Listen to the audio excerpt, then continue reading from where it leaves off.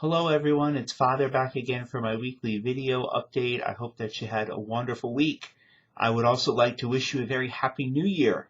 I hope you had a great celebration of the new year with family and friends or however you celebrated it. I know the older I get, the less exciting my New Year's celebration is. I was very much home and in bed when the clock struck midnight this year. But I am an early riser, so I'm always early to bed. So it was still the new year when I woke up on January the 1st. So Happy New Year, everyone.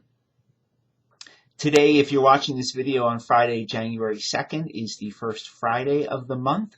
That means that in addition to adoration today in the chapel, we will have confession at 6:30 p.m.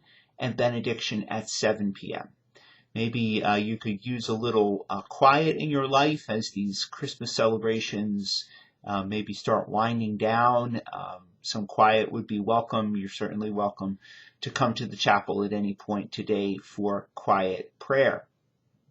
Tomorrow, January 3rd, is the first Saturday of the month, so we will have Mass at 9 a.m. in the chapel, followed by devotion to the Immaculate Heart of Mary for the first Saturday of the month. The church continues to celebrate Christmas.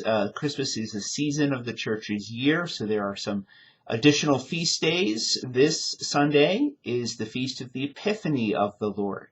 The Epiphany marks the day of the arrival of the three Magi to visit and adore the Christ child. We say that there's three because they brought three gifts, but St. Matthew's Gospel really doesn't say how many there were. It just says that they arrived from the east. So we presume that, as most people did in those days, they traveled in a caravan, so there's probably quite a few folks who arrived. And there's some debate as to when exactly it happened. It probably happened some years after the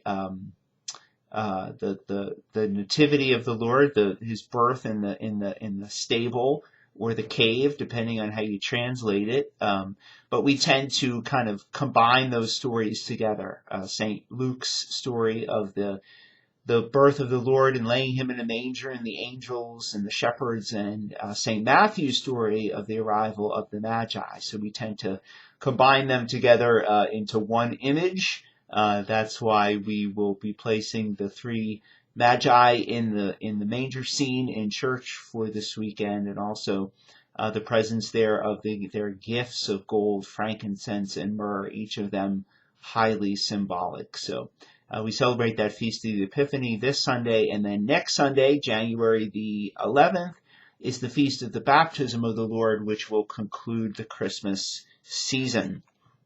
A little update on our capital campaign. So our capital campaign has now surpassed $3.3 million pledged.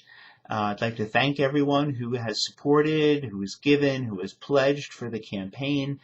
If you haven't done so yet and you've been thinking about it, if I could highly encourage you and ask you if you would join us in supporting the campaign, you can do so by clicking in the email that I sent to you today. You can make your pledge online, or if you'd like to fill out a pledge card in church, they are in the back of the church, and you're welcome to do that and drop it in the offertory basket or mail it to the office, whatever you would like. We are so close to our $4 million goal, and if we could get all of the families of our parish to help with a gift to the campaign, it would get us to the goal. Remember, we've asked every household in the parish to consider a gift of $5,000 over the next 5 years. Certainly there are some families in our parish who can do more than that, but if you could consider that gift, your participation in this campaign will help us to get to that goal. So thank you so much to everyone for your generosity, for your support, and for your great love for St. Mark. So thanks for taking some time to watch this week's video. Again, Happy New Year, everyone, and I look forward to seeing you in church. God bless you.